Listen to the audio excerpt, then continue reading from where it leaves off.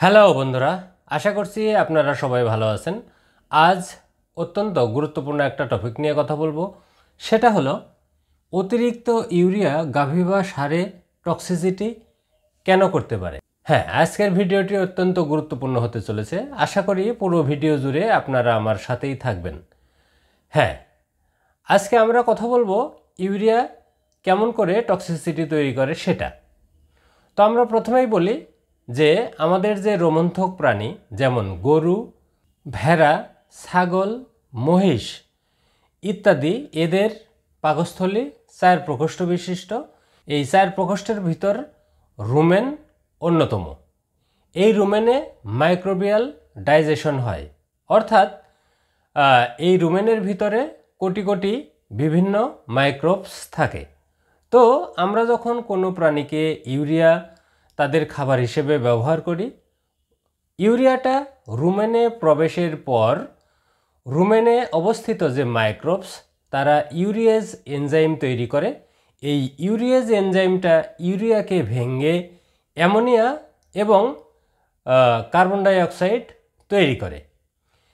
এই তৈরিকৃত যে অ্যামোনিয়া, এই অ্যামোনিয়াটা ওই মাইক্রোবস নিজেরা ব্যবহার করে, তাদের সংখ্যা বাড়ে এবং তাদের যে হেলথ কন্ডিশন সেটা ভালো হয়।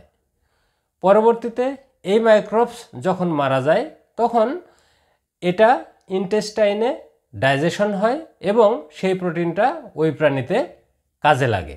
তো এখন রুমেনের ভিতরে যে পরিমাণ মাইক্রোবস থাকে তাদের অ্যামোনিয়া ব্যবহারের কিন্তু একটা সীমা থাকে।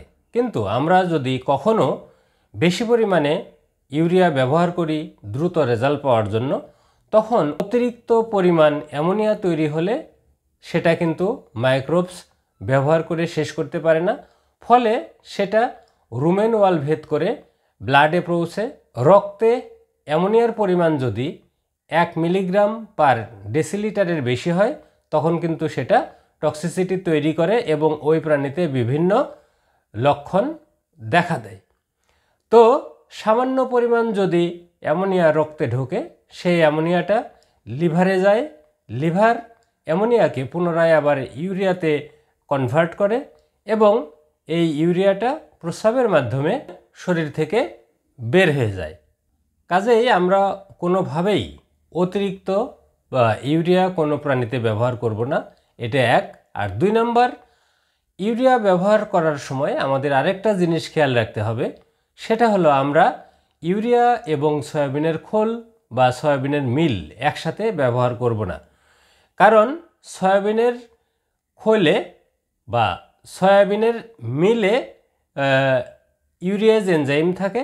ফলে একদিকে রুমেনের ভিতর মাইক্রোবস যে ইউরিয়েজ এনজাইম তৈরি করে, অন্যদিকে সয়াবিনের মিলে যে ইউরিয়েজ এনজাইম আছে, এই দুটো মিলে কিন্তু অতিরিক্ত অ্যামোনিয়া তৈরি হতে পারে। কাজেই আমরা এই ঝুঁকিটা এড়াতে ইউরিয়ার সাথে আমরা চেষ্টা করব কোনোভাবেই যাতে সয়াবিনের খোল ব্যবহার না করি, সেদিকে আমাদের খেয়াল রাখতে হবে। তো বন্ধুরা, ইউরিয়া কিভাবে টক্সিসিটি করে আমরা যেহেতু জানতে পারলাম, কাজেই ভবিষ্যতে আমরা এই জিনিসগুলো খেয়াল রাখব এবং আমাদের প্রাণীগুলো যাতে নিরাপদ থাকে সেই অনুযায়ী আমরা ইউরিয়া আমাদের প্রাণীতে ব্যবহার করব। তো বন্ধুরা, আজ এ পর্যন্তই। আমার এই ভিডিওটি যদি আপনাদের ভালো লাগে তাহলে অবশ্যই লাইক করবেন, কমেন্ট করবেন এবং শেয়ার করে অন্যদেরকেও এই তথ্যগুলো জানার সুযোগ করে দিবেন। আর আমার এই চ্যানেলটিকে সাবস্ক্রাইব করে পাশে থাকা বেল আইকনটিকে ক্লিক করে রাখবেন, যাতে পরবর্তীতে এ ধরনের ভিডিও আপলোড করার সাথে সাথে সহজেই আপনারা এর নোটিফিকেশন পেয়ে যেতে পারেন। আপনাদের সবাইকে ধন্যবাদ।